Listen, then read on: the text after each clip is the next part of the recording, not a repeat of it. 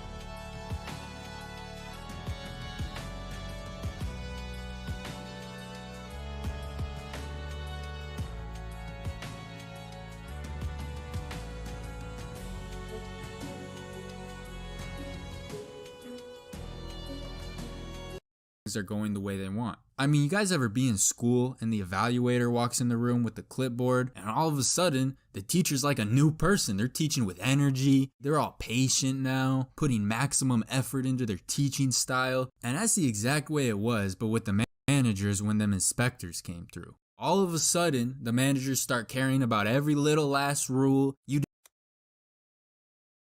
did this wrong. That doesn't go there. He's talking about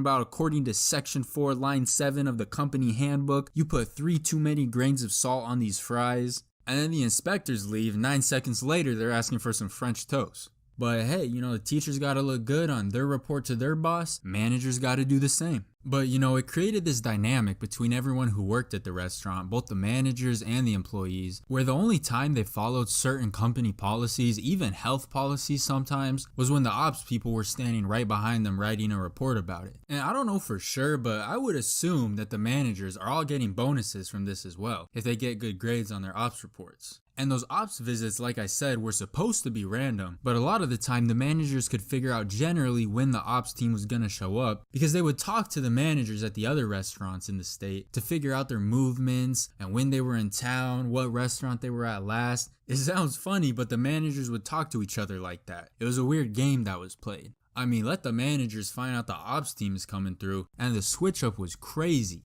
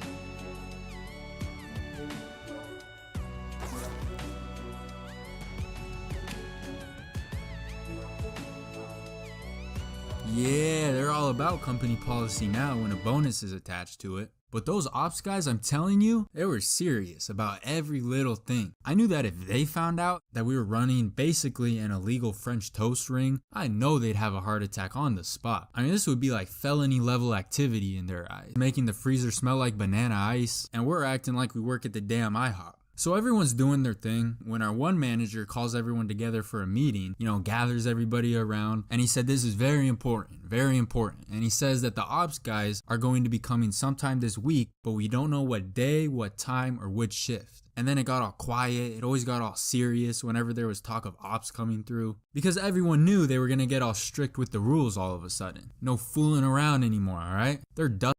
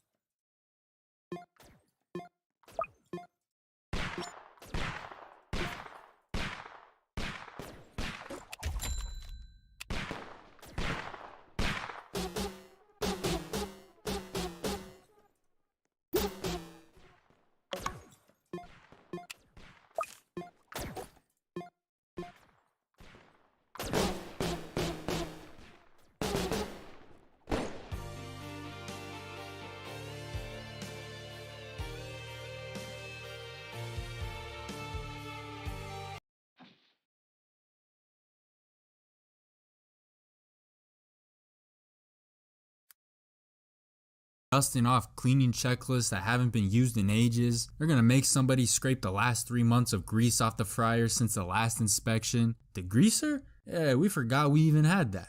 So they're having us get the restaurant in tip-top shape. Basically, all everyone heard when he said the ops guys are gonna show up this week was, for the rest of the week, we have to actually do things the way they think we're doing things all of the time. But Eddie and I look at each other and we already know this illegal French toast ain't stopping. Nah, this is gonna keep coming. Grand slams for everybody. Ops is on patrol, that's alright. We'll deal with them when they get here. But we knew they were coming sometime this week, according to the managers at least. So me and Eddie, we're being extra vigilant in the mornings, on the lookout for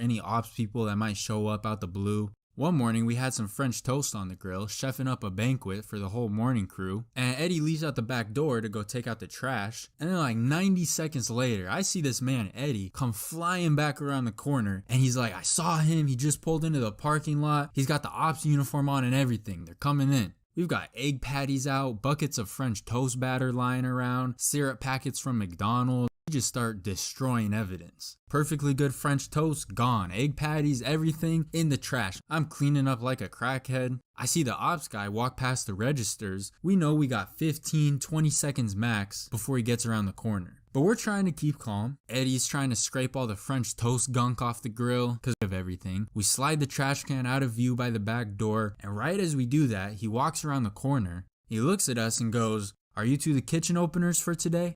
I'm like, "Oh, how you doing today, Mr. Ops Man?" "Yes, we are." And he goes, "Yeah, I was just gonna say, I don't want to have to get us off to a bad start." And I thought he knew something was out of place. And then he keeps talking. He goes, "Yeah, I walked in and I noticed the fridge door over there isn't latched. It's slightly cracked open. So I hate to start us off this way, but I'm gonna have to mark off points for that. That's a violation of the rules." But as far as the French toast, I don't think he suspected a thing. But it was as close a call as it could have been. Hey, the managers were about to lose an 80-page report, somehow find a long list of things people did wrong, even when they were specifically trying to do things the right way. I'd like to see one of these guys do an undercover sting operation. Pretend they're a new hire or something, just walk in and observe everyone when they don't know you're an ops guy. Forget about 80 pages, that report would be 800 pages. But those ops guys, they were cool sometimes though. I don't know, sometimes I felt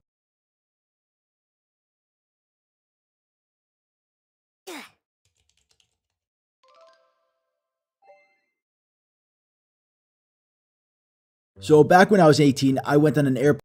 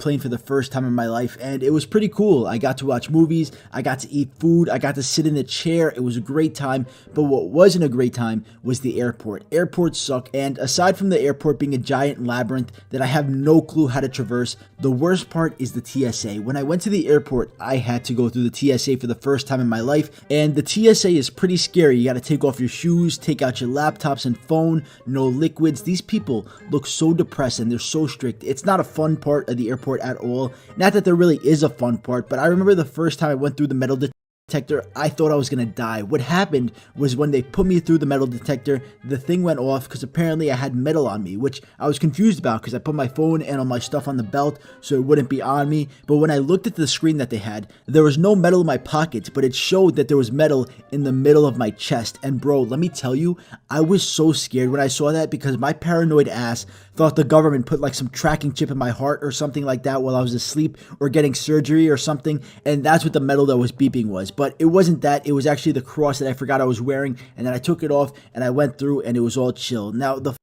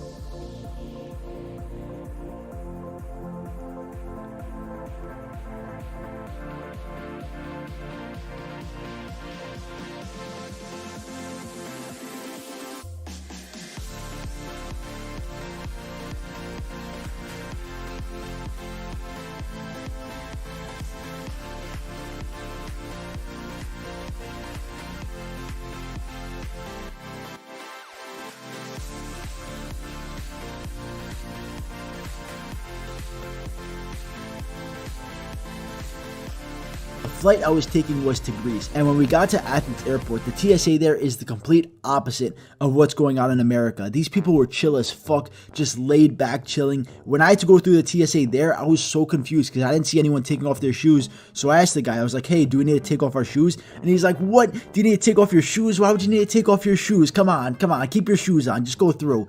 And I was like, yo, this is the best TSA ever. But they really were chill, and this was actually most noticeable during a specific point where I was causing a bit of a problem on my way back to America. See, as we were going through TSA and I was taking my electronics out of the bag, I forgot to take out my brother's DS, and I figured that since that's an electronic device, I gotta get that shit out of the bag ASAP. So I started opening my bag, but I couldn't find it because there's mad shit inside the bag. So I started aggressively rummaging through the bag so I can get it out in time before it's my turn to go through the scanner.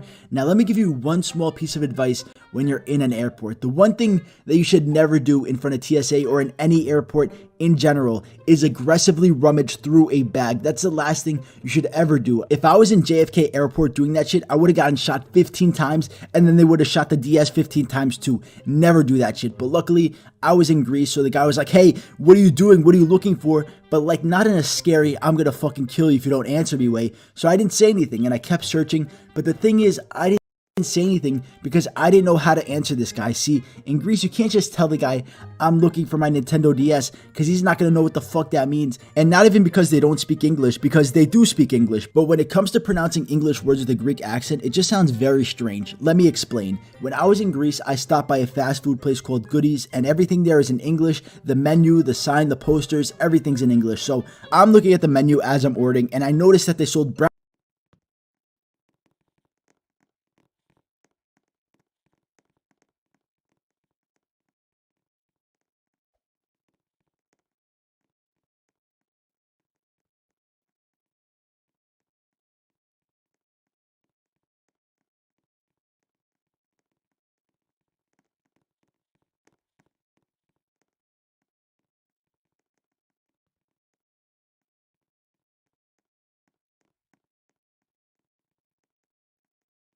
brownies, and I was hyped because I fuck with brownies. So I said to the cashier, "Borona con a brownie," and she's like, What is that?" And I'm like, "Can I get a brownie? It's on the menu right there." And she's like, "I don't know what that is." And I said for the third time, "It's literally right there. It says chocolate brownie." And I kid you not, this lady looks at me dead in the face and says, "Oh, you mean sweet brownie?" And I'm like, "Yeah, you fucking Nazi, sweet brownie. That's what I fucking want." And I got my sweet brownie, but it was so weird how she pronounced it.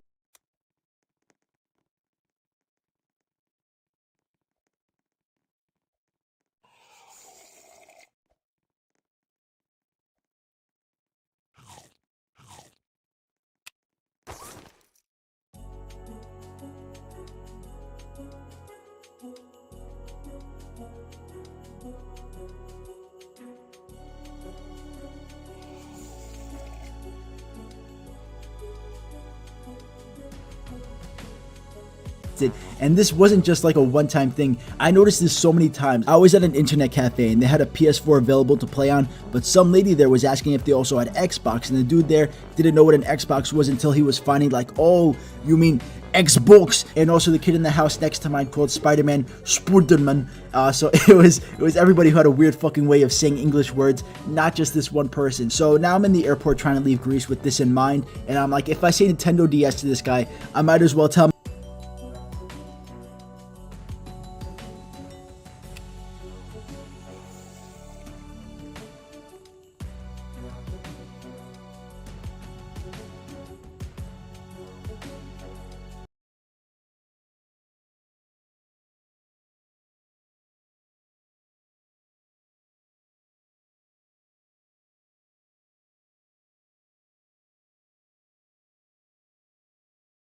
I'm looking for my because he's not going to understand what the fuck I'm saying. But what I can say is I'm looking for my Nintendo, and he'll probably understand. So that's what I did. The guy was like, "Digi Devis Deep Saknis," and I was like, Nintendo. And he was like, "Oh, Nintendo, don't worry, just leave it inside." And I cracked the code. I cracked it. He finally understood. So this is a lesson for anyone who is traveling to Greece. If there is a word in English that you are trying to say but they don't understand, just think to yourself, how would Adolf Hitler pronounce it? And say it like that, and they'll probably understand it. And this isn't a diss to Greek people. I love Greek people, and even I pronounce English words weird too. Everyone makes fun of how I say coffee. But anyway, that was my story about the time I caused problems in the airport. And if you're Greek, please don't be mad at me. And yeah, that's it.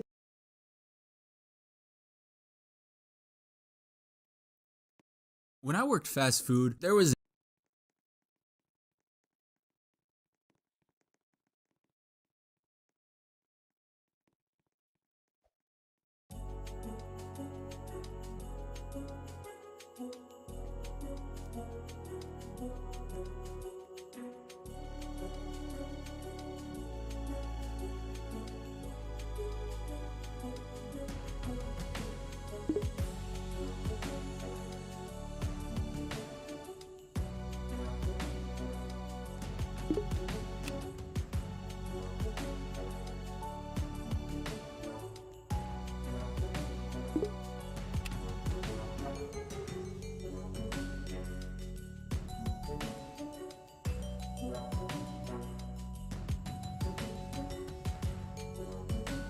an endless amount